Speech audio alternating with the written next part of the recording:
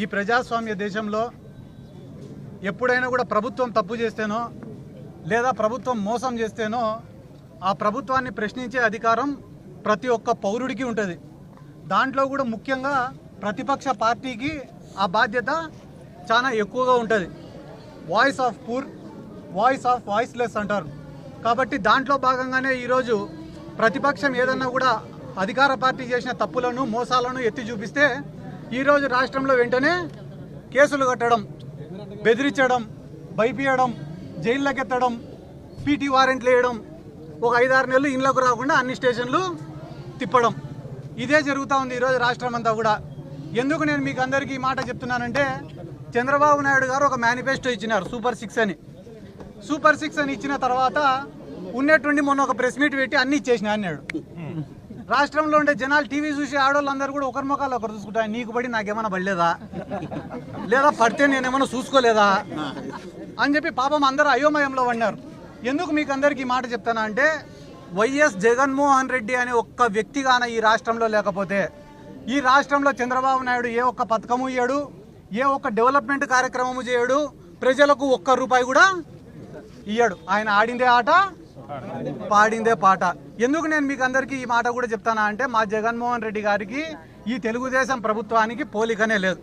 జగన్మోహన్ రెడ్డి లాగా 10 రోజులు పరిపాలించిన ఒకటే, చంద్రబాబు నాయుడు మాదిరిగా 10 టర్ములు పరిపాలించిన ఒకటే. ఎందుకురా అంటే, జగన్మోహన్ రెడ్డి గారు ఎంత ధైర్యంగా నిర్ణయాలు తీసుకున్నారంటే, సచివాలయాలు కట్టాలనుకున్నాడు, కట్టినాడు. ఆర్బీకేలు కట్టాలనుకున్నాడు, కట్టినాడు. హెల్త్ సెంటర్లు కట్టాలనుకున్నాడు, కట్టినాడు. మెడికల్ కాలేజీలు నిర్మించాలనుకున్నాడు, నిర్మించినాడు. 3 లక్షల కోట్లు ప్రజల అకౌంట్లలో వేయాలనుకున్నాడు, వేసినాడు. కానీ ఈడ చంద్రబాబు నాయుడు ఏదన్నా పని చేయాలంటే వెంటనే పవన్ కళ్యాణ్ చూడాలి, చేద్దామా వద్దా అంటే. మళ్ళీ పవన్ కళ్యాణ్ ఏదన్నా పని చేయాలంటే వెంటనే చంద్రబాబుని చూస్తాడు, చేద్దామా వద్దా అని. వాళ్ళిద్దరు ఏదైనా పని చేయాలంటే వెంటనే మోడీని చూస్తారు, చేద్దామా వద్దా అని. అంటే వీళ్ళు ఏ నిర్ణయం కూడా సొంతంగా తీసుకోలేకున్నారు. ఈరోజు వీళ్ళు ఏదైనా ఒక స్కీమ్ పెట్టినారంటే ఖచ్చితంగా దాంట్లో స్కామ్ ఉంటుంది. గతంలో హ్యాపీ సండే, దోమల పైన దండయాత్ర, ఇప్పుడు రీసెంట్గా ఏంద్రా అంటే యోగాంధ్ర. ఎవరైనా చంద్రబాబు నాయుడు గారి దగ్గరికి పోయి, సార్ మాకు ఫీజు రీఎంబర్స్మెంట్ ఏమైంది సార్ అంటే, ఊపిరి గట్టిగా పీల్చండి, స్లో వదలండి అంట. నిన్న యోగాంధ్రకు ఎంత ఖర్చు పెట్టినారన్నా, ఇప్పుడు ఎంత అప్డేట్లో ఉంటారు చూడండి మీరే జనాలు. 300 కోట్లు ఖర్చు పెట్టి ఆడపోయి చూసే మ్యాట్లు లేవు, యోగా ఆసనాలు వేసేటోళ్ళు లేరు, ఏపించేటోళ్ళు లేరు. ఈరోజు నువ్వే పోయి ఆ రిషికొండకు చూస్తే కానీ ప్యాలెస్ ఆడనే ఉందా లేదా, ప్రభుత్వం పేరు పైనే ఉందా లేదా. మళ్ళా ఎవరైనా ఇదే జిల్లాలో చెప్తానా అన్న, నేను పోలవరం కట్టనీకే డబ్బు ఖర్చు పెడితే అదో రకం, కానీ చంద్రబాబు నాయుడు గారు పోలవరాన్ని చూడనీకే 100 కోట్లు ఖర్చు పెట్టినాడు. దీని గురించి ఏ ఒక్క ప్రజా సంఘాలు, మేధావులు, మీడియా ఛానళ్ళు ఎందుకన్నా చర్చ జరగడంలో ఈరోజు రాష్ట్రంలో.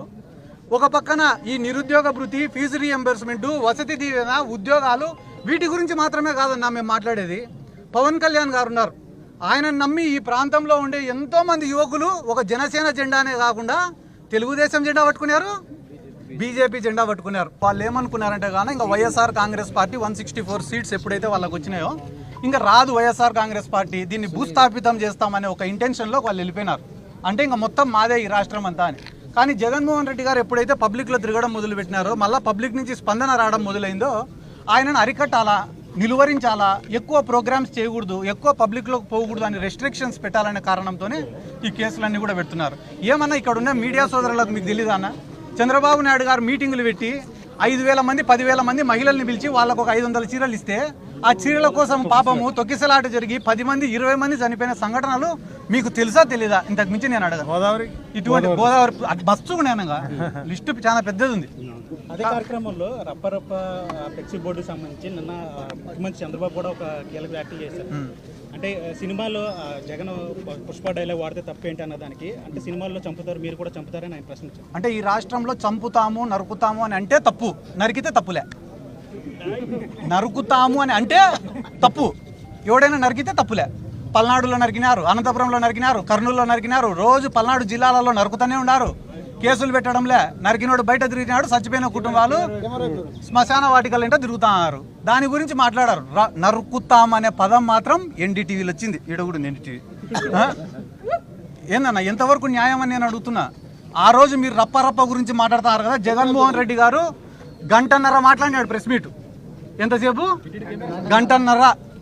ఎడ్యుకేషన్ సిస్టమ్ పైన, హెల్త్ సిస్టమ్ పైన, ఈ రాష్ట్ర ప్రభుత్వం చేస్తున్న అప్పుల పైన, మన కరెంటు ఛార్జీల పెరుగుదల పైన, యువకులు పడుతున్న ఇబ్బందుల పైన, రైతులు పడుతున్న ఇబ్బందుల పైన, గిట్టుబాటు ధరలు లేని విషయం పైన, రైతుల ఆత్మహత్యల పైన, పొగాకు రైతుల సమస్యల పైన, ఇన్ని మిర్చి రైతుల సమస్యల పైన దాదాపుగా గంటన్నర సేపు ప్రెస్ మీట్ పెడితే గంటన్నర తర్వాత మాట్లాడిన రప్పరప్ప ఒకటి లేచింది పైకి. మీరే ప్రతిపక్షం సమాధానం లేదు, వచ్చిన సమాధానం లేదండి.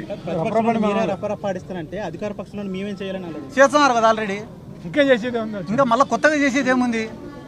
వాళ్ళు అధికార పార్టీలో ఉండి చేస్తున్నారు కదా. ఇక్కడ చంద్రబాబు నాయుడు గారు ఇంతకుముందు ఒక కథ చెప్పినారు, మీకు అందరికి గుర్తుందో లేదో.